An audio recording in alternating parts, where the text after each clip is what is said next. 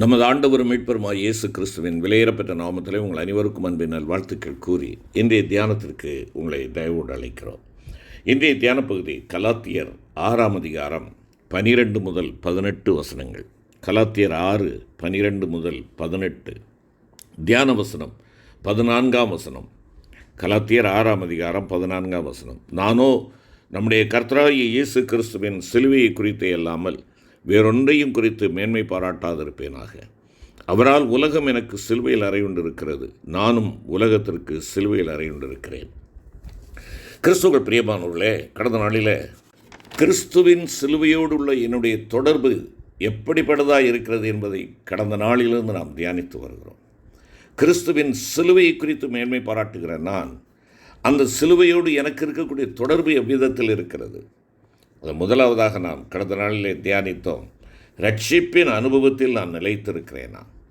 சிலுவையிலே பெற்றுக்கொண்ட பாவ மன்னிப்பாகிய மீட்பு என் வாழ்க்கையிலே இன்றும் நிலைத்திருக்கிறதாக இருக்கிறதா? பாவம் மன்னிக்கப்பட்ட நான் பிறருடைய பாவங்களை மன்னிக்கிறவனாக நான் இருக்கிறேனா என்பதை குறித்து தியானித்தோம். இன்று தொடர்ச்சியாக நாம் பார்க்கின்ற பொழுது கிறிஸ்துவுடனே கூட சிலுவையில் அறையப்படுவதுதான் சிலுவை குறித்த தியானத்தின் பொருளாக இருக்க வேண்டும். இந்த சிறப்பு நாட்களிலே ஆண்டவருடைய சிலுவை பாடுகளை குறித்து தியானிக்கிற சகோதரா சகோதரி, இது ஏதோ இந்த 40 நாட்கள் மாத்திரமல்ல, ஒவ்வொரு நாளும் என்னுடைய வாழ்வின் அனுபவமாக இருக்க வேண்டும். நான் சிலுவையில் அறையப்பட்டவனாக இருக்க வேண்டும். பவுலடிகளார் அதைத்தான் இங்கே குறிப்பிடுகிறார்.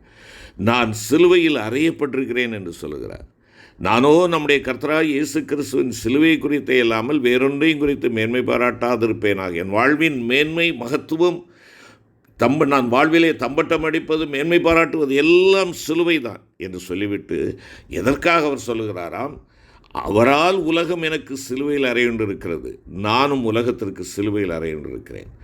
அவர் மூலமாக உலகம் என்று சொல்கின்றதான வேளையிலே யோவான் அப்போஸ்தலன் தன்னுடைய முதலாம் நிருபம் 2ஆம் அதிகாரம் 15, 16, 17 வசனங்களிலே தெளிவாக குறிப்பிடுகிறார். உலகத்திலும் உலகத்தில் உள்ளவைகளிலும் அன்பு கூறாதிருங்கள். ஒருவன் உலகத்தில் அன்பு கூர்ந்தால் அவனிடத்தில் பிதாவின் அன்பில்லை. ஏனெனில் மாம்சத்தின் இச்சையும் கண்களின் இச்சையும் ஜீவனத்தின் பெருமையுமாகிய உலகத்தில் உள்ளவைகள் எல்லாம் பிதாவினால் உண்டானவைகள் அல்ல, அவைகள் உலகத்தினால் உண்டானவைகள். உலகமும் அது நிச்சயம் ஒளிந்து போம், தேவனுடைய சித்தத்தின்படி செய்கிறவனோ என்னென்றைக்கு நிலைத்திருப்பான். இங்கே உலகம் என்ற வார்த்தைக்கு யோவான் அப்போஸ்தலன் கொடுக்கின்ற விளக்கம் என்ன?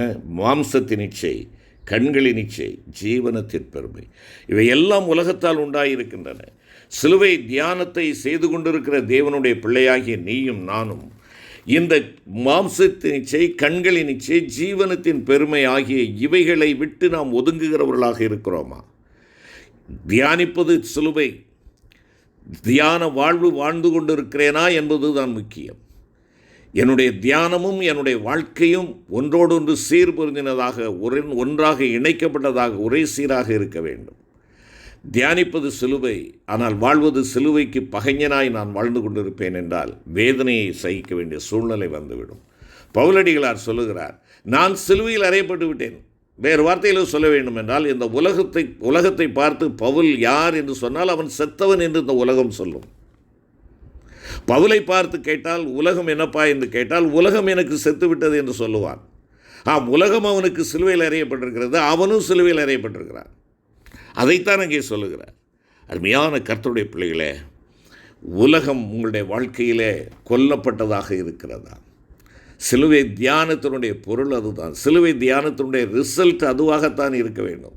உலகம் என் வாழ்க்கையிலே செத்து விட்டது, கண்களின் இச்சை, ஜீவனத்தின் பெருமை, மாம்சத்தின் இச்சை, இவைகளெல்லாம் கொல்லப்பட்டு விட்டது என்று சொல்லி நீங்களும் நானும் சொல்லக்கூடியவர்களாக இருக்கிறோமா? பவுலடிகளார் கலாத்தியர் 5:24 குறிப்பிடுகின்ற பொழுது, கிறிஸ்துவனுடையவர்கள் தங்கள் மாம்சத்தையும் அதன் ஆசை இச்சைகளையும் சிலுவையில் அறைந்திருக்கிறார்கள் என்பதாக கூறுகிறார். நாம் மாம்சத்தின்படி பிழைப்பதற்கு மாம்சத்துக்கு கடனாளிகள் அல்ல என்பதை உணர்ந்தவர்களாய் ஆவியினாலே சரீரத்தின் செய்கைகளை அழிக்க வேண்டும் என்பதாக அங்கே நாம் ஆண்டவர் நம்மிலே எதிர்பார்க்கிறார். இல்லை என்றால் அது அர்த்தமில்லாத ஒரு தியானம், அர்த்தமில்லாத ஒரு வாழ்க்கை. கிறிஸ்தவ ஜீவியம் என்பது அர்த்தமுடையதாக இருக்க வேண்டும். அர்த்தமுடையதாக இருக்க வேண்டும். எனவே தான் அவர் சொல்லுகிறார், நானோ நம்முடைய கர்த்தராகிய இயேசு கிறிஸ்துவின் சிலுவையை குறித்தே அல்லாமல் வேறொன்றையும் குறித்து மேன்மை பாராட்டாதிருப்பேனாக. சிலுவையை குறித்த மேன்மை பாராட்டல் சிலுவை பாடல்களை பாடுவதினால் அல்ல, சிலுவை தியானத்தினால் அல்ல. என் வாழ்க்கையிலே சிலுவை மாத்திரம் உயர்ந்திருக்க வேண்டும். சிலுவை இருக்கிற இடத்திலே உலகத்திற்கு இடமில்லை. கண்களின் இச்சைக்கோ, ஜீவனத்தின் பெருமைக்கோ, மாம்சத்தின் இச்சைக்கோ இடமே இல்லை. ஆம் பிரியமான கர்த்தருடைய பிள்ளைகளே, அவர் சொல்லுகிறார், உலகம் எனக்கு சிலுவையில் அறையுண்டிருக்கிறது, நானும் உலகத்திற்கு சிலுவையில் அறையுண்டிருக்கிறேன். அவர் கூறுவது போன்று நீங்களும் நானும் இன்று இவ்வுலகத்தில் இருந்தாலும் இவ்வுலகத்தில் இல்லாதவர்களாக ஜீவித்து தேவனை மகிமைப்படுத்த வேண்டும். தேவனை மகிமைப்படுத்த வேண்டும். அத்தோடு கூட கிறிஸ்துவுடனே கூட சிலுவையில் அறையப்பட்டேன், ஆனாலும் பிழைத்திருக்கிறேன். இனி நான் அல்ல, கிறிஸ்துவே எனக்குள் பிழைத்திருக்கிறார் என்று சொல்லி கலாத்தியர் 2:20 பவுலப்போஸ்தலன் கூறுவதைப் போல நம்முடைய வாழ்க்கை அமைந்திருக்கிறதா என்பதை யோசித்து பார்க்க நாம் அழைக்கப்படுகிறோம். அருமையான கர்த்தருடைய பிள்ளைகளே, நான் சுயமாய் ஒன்றும் செய்கிறதில்லை, சுயமாய் பேசுகிறதில்லை, சுயமாய் வரவில்லை என்று ஆண்டவராகிய இயேசு கிறிஸ்து கூறியது போல நாம் நம்மை நடத்துகிறவர்களுக்கும் பரிசுத்த ஆவியானவருக்கும் முற்றிலும் நம்மை ஒப்புக் கொடுத்து செயல்படுகிறவர்களாய், சுயம் இல்லாதவர்களாய், சுயத்திற்கு இடம் கொடுக்காதவர்களாய், தேவனுடைய சித்தத்தை நாம் சித்தமாக ஏற்றுக்கொண்டவர்களாக இருக்க வேண்டும். ஆம், அதன் மூலமாகத்தான் ஆசை இச்சைகளுக்கும் மாம்சத்துக்கும் உலகத்திற்கும் சுயத்திற்கும் நீங்களும் நானும் சிலுவையில் அறையப்பட்டவர்கள் என்பதை சாட்சியாக கூறி அறிவிக்க முடியும்.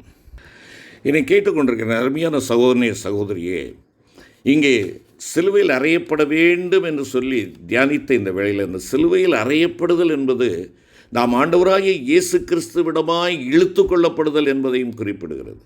அவரிடமாய் இழுத்து கொள்ளப்படுதல் ஏன் தெரியுமா? நான் பூமியிலிருந்து உயர்த்தப்பட்டிருக்கும்போது எல்லாரையும் என்னிடத்தில் இழுத்துக்கொள்வேன் என்று ஆண்டவராய் இயேசு கிறிஸ்து கூறுவதை பரிசுத்த யோவான் 12:32 வாசிக்கிறோம். அவர் சிலுவையில் உயர்த்தப்பட்டு மரிப்பதை குறித்தே இவ்விதமாக சொன்னார் என்பதை அடுத்த வசனத்தில் அவர் கூறியிருப்பதிலிருந்து நாம் அறிந்து கொள்ளுகிறோம். வசனம் 33 நாம் பார்ப்போம் என்றால், தாம் இன்ன விதமான மரணமாய் மரிக்கப் போகிறார் என்பதை குறிக்கும்படி இப்படி சொன்னார் என்பதாக அங்கே எழுதப்பட்டிருக்கிறது. பிரியமான கர்த்தருடைய பிள்ளைகளே, நமக்காக சிலுவையில் உயர்த்தப்பட்ட ஆண்டவராகிய இயேசு கிறிஸ்துவின் பரிசுத்தமான தியாக அன்பை அனுதினமும் தியானித்து அவருடைய அன்பினால் நாம் நிரப்பப்படுகின்ற பொழுது அவருக்கு சமீபமாக, அவரிடத்தில் இழுத்து கொள்ளப்படுகிறவர்களாக நாம் காணப்படுவோம்.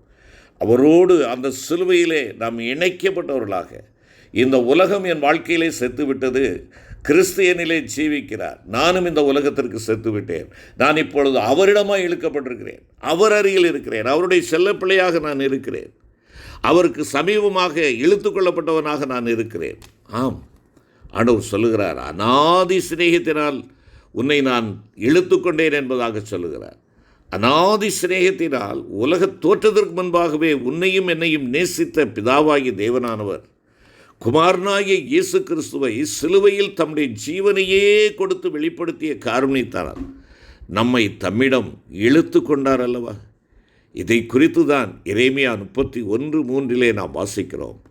ஆம், அநாதி சிநேகத்தால் உன்னை சிநேகித்தேன், ஆதலால் காருண்யத்தால் உன்னை இழுத்துக்கொள்கிறேன் என்றும், மனுஷரை கட்டி இழுக்கிற அன்பின் கயிறுகளால் நான் அவர்களை இழுத்தேன் என்பதாக ஓசியா 11:4 நாம் வாசிக்கிறோமே.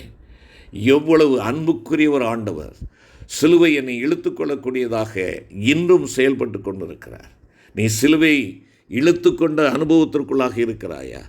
சிலுவையில் உயர்த்தப்பட்ட கிறிஸ்துவனிடத்திலே நீ இழுத்து கொள்ளப்பட்டவனாக, அவருடைய அன்பின் செட்டைக்குள்ளாக நீ அடைக்கலம் புகுந்தவனாக நீ இருக்கிறாயா? ஒவ்வொரு நாளும் கல்வாரி அன்பினால் நிரப்பப்பட்டு அவரண்டை நாம் கிட்டி சேருவோம். என்னை இழுத்துக்கொள்ளும், உமக்கு பின்னே ஓடி வருவோம் என்பது என்னுடைய அறிக்கையாக இருக்கட்டும். நமக்காக சிலுவையில் உயர்த்தப்பட்ட நம் ஆண்டவரை நோக்கி ஒவ்வொரு நாளும் நாம் செய்கின்ற ஜெபமும் அறிக்கையும் என்னை இழுத்துக்கொள்ளும், உமக்கு பின்னே ஓடி வருவோம் என்பதாக இருக்கட்டும். செபிப்போம். கிருபை நிறைந்த ஆண்டவரே, நாங்கள் உலகத்திற்கு செத்துவிட்டோம், உலகம் எங்களுக்கு செத்துவிட்டது என்று பவுலடிகளார் சொல்வதைப் போல நாங்களும் அந்த அனுபவத்திற்குள்ளாக வரவும், அந்த சிலுவையில் எனக்காக ஜீவனை கொடுத்த ஆண்டவருடைய காருண்யம் என்னை அவரிடமாய் இழுத்து கொண்டது என்ற அந்த அனுபவத்தை உடையவர்களாக என்னை இழுத்து கொள்ளும், உமக்கு பின்னே ஓடி வருவோம் என்று சொல்லி ஒரு நாள் அல்ல, இரு நாள் அல்ல, வாழ்வின் கடைசி பரியந்தமும் உமக்கு பின்னே ஓடி வருகிறவர்களாக காணப்பட எங்களுக்கு கிருபை தாரும். மீட்பர் இயேசுவின் மூலம் வேண்டிக் கொள்கிறோம் நல்ல பிதாவே, ஆமென்.